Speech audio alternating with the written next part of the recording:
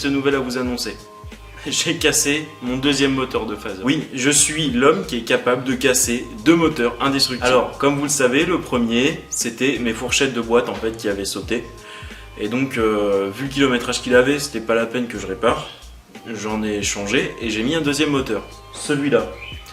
Sauf que celui-là, à force de faire des wallings avec, il s'est passé quelque chose. C'est que, disons que j'ai un peu éclaté mes coussinets de bielle et vilebrequin.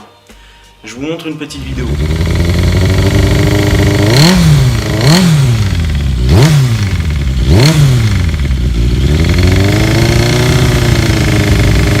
J'ai regardé d'abord le prix des pièces. Moi je me suis dit au pire c'est des coussinets, ça coûte pas cher, j'enlève le moteur, je change ça et puis c'est plié.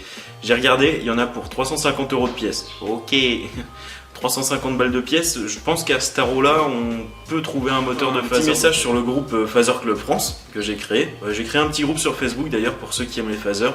Ça s'appelle Phaser Club France. Et j'ai mis un petit message comme quoi je recherchais un moteur. J'ai cassé mon moteur, on va dire le soir. Enfin voilà, le soir. Le lendemain à 14 h, j'avais un nouveau moteur. Bon, du coup, voilà le nouveau moteur. Alors, pour vous expliquer, il a 35 000 km. Donc beaucoup moins que ce que j'ai eu avant. Le moteur que j'avais là en ce moment, moi je l'avais acheté déjà à 45 000 avec embrayage neuf.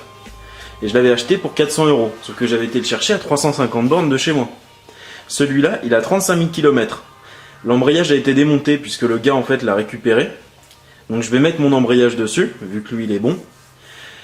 35 000 km, 200 € et à 30 km de chez moi. Franchement, si ça c'est pas beau. Alors, je vais m'occuper en premier. Je vais m'occuper de remonter la partie embrayage. Parce que je vais ouvrir, vous allez voir, il n'y a rien du tout. Il n'y a pas de cloche, il n'y a rien.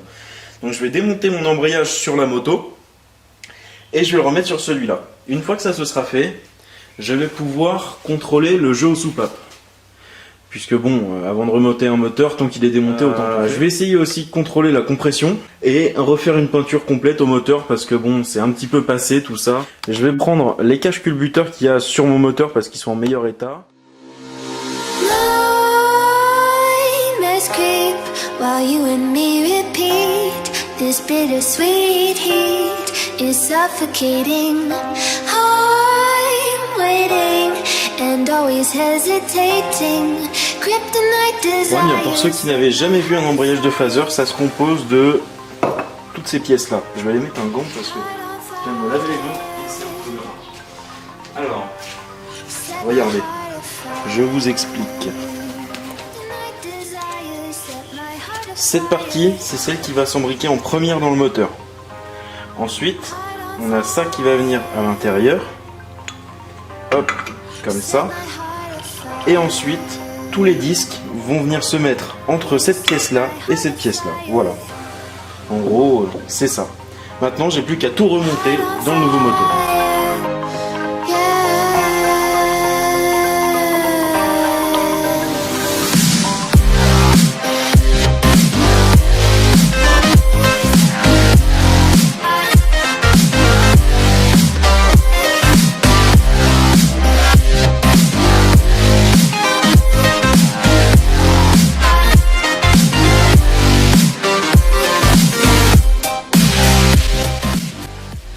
Vous voyez ce boulon?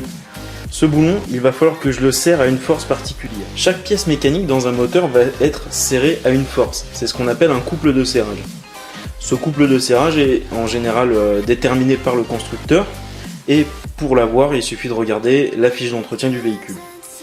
Pour serrer à une certaine force, il va falloir utiliser une clé dynamométrique. Bon, certains connaissent, d'autres pas.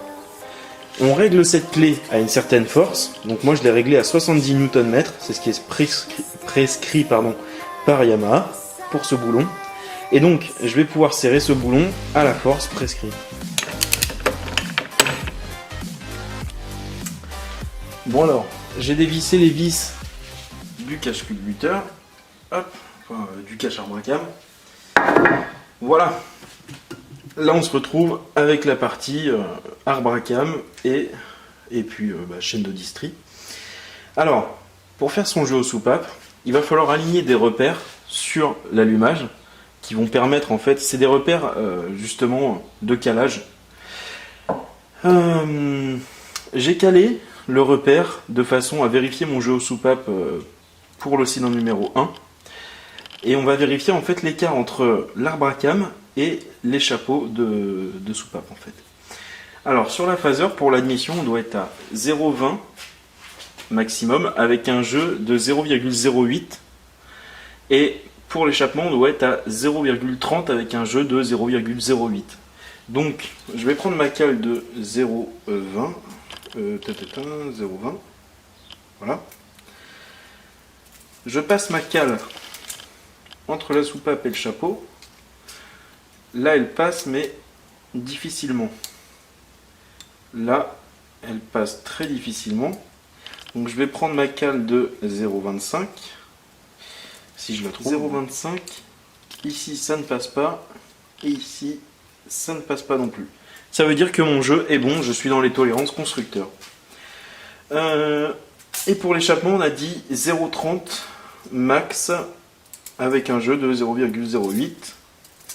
Donc, je vais essayer. Donc la 0,30 elle passe pas, ça veut dire que c'est déjà bon. Et elle passe pas, c'est bon aussi.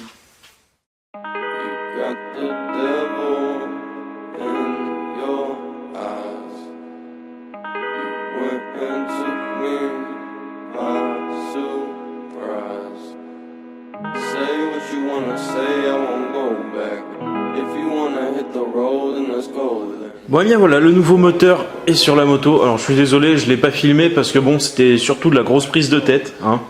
En vrai, je pensais que ça se démontrait moins bien, mais j'ai sorti l'ancien moteur assez facilement. Le nouveau là, on l'a remis en place, allez, en 2 minutes, il était remis dans le cadre. Franchement, c'est super bien conçu. Et puis voilà quoi, maintenant il me reste à remonter toutes les pièces. Je vais commencer par les supports moteurs. Une fois que je vais avoir remonté les supports moteurs, je vais remonter le circuit de refroidissement, les carters, je vais remettre mon pignon de sortie de boîte de 14 parce que là ça doit être un 15, j'ai pas regardé. C'était un 14, ce serait pas mal, hein. Tant qu'à faire, j'ai aussi profité que le moteur était démonté, le nouveau, pour le repeindre. Voilà, donc il a une peinture toute neuve, il est en super bon état, c'est nickel.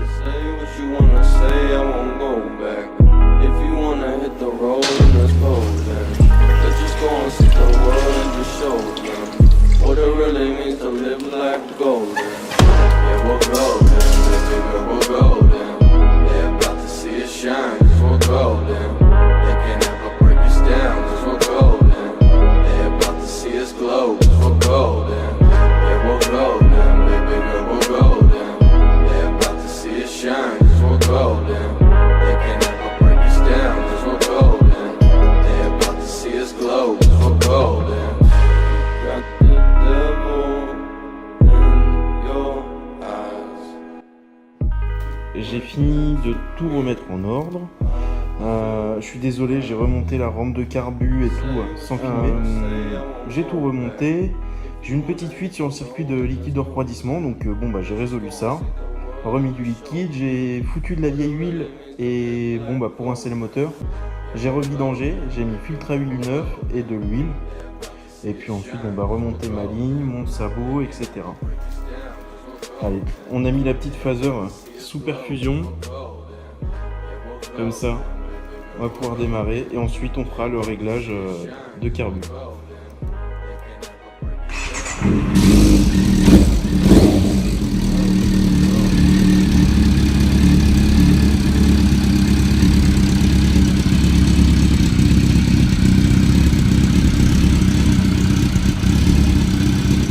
Alors là je vais régler ma synchronisation des carburateurs.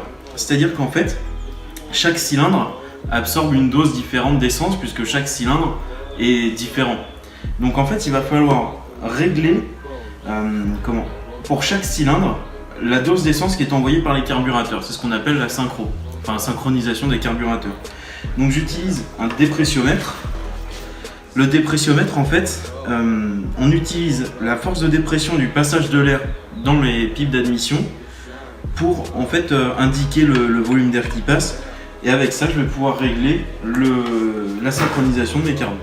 Donc j'ai branché mon cartune sur les pipes d'admission, je vais démarrer et ensuite je vais m'énerver à régler tous les carburateurs.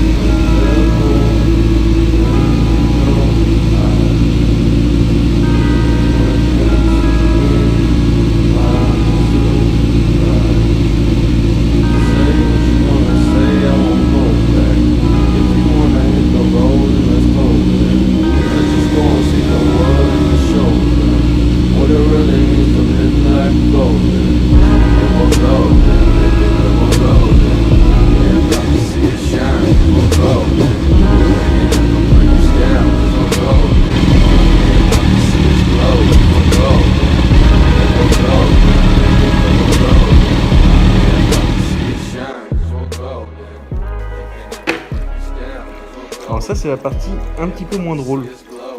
C'est que quand j'utilise l'atelier, j'aime bien que ce soit propre. Donc voilà. Hop là. Oh, j'ai déjà passé un coup là-bas, c'est bon. Hein. Putain, il me reste tout ce bordel là à ranger. Tout le bordel là-bas encore.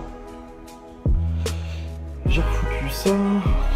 C'est bien la mécanique, hein, mais quand il faut tout ranger, on me dirait j'aurais rangé au fur et à mesure aussi.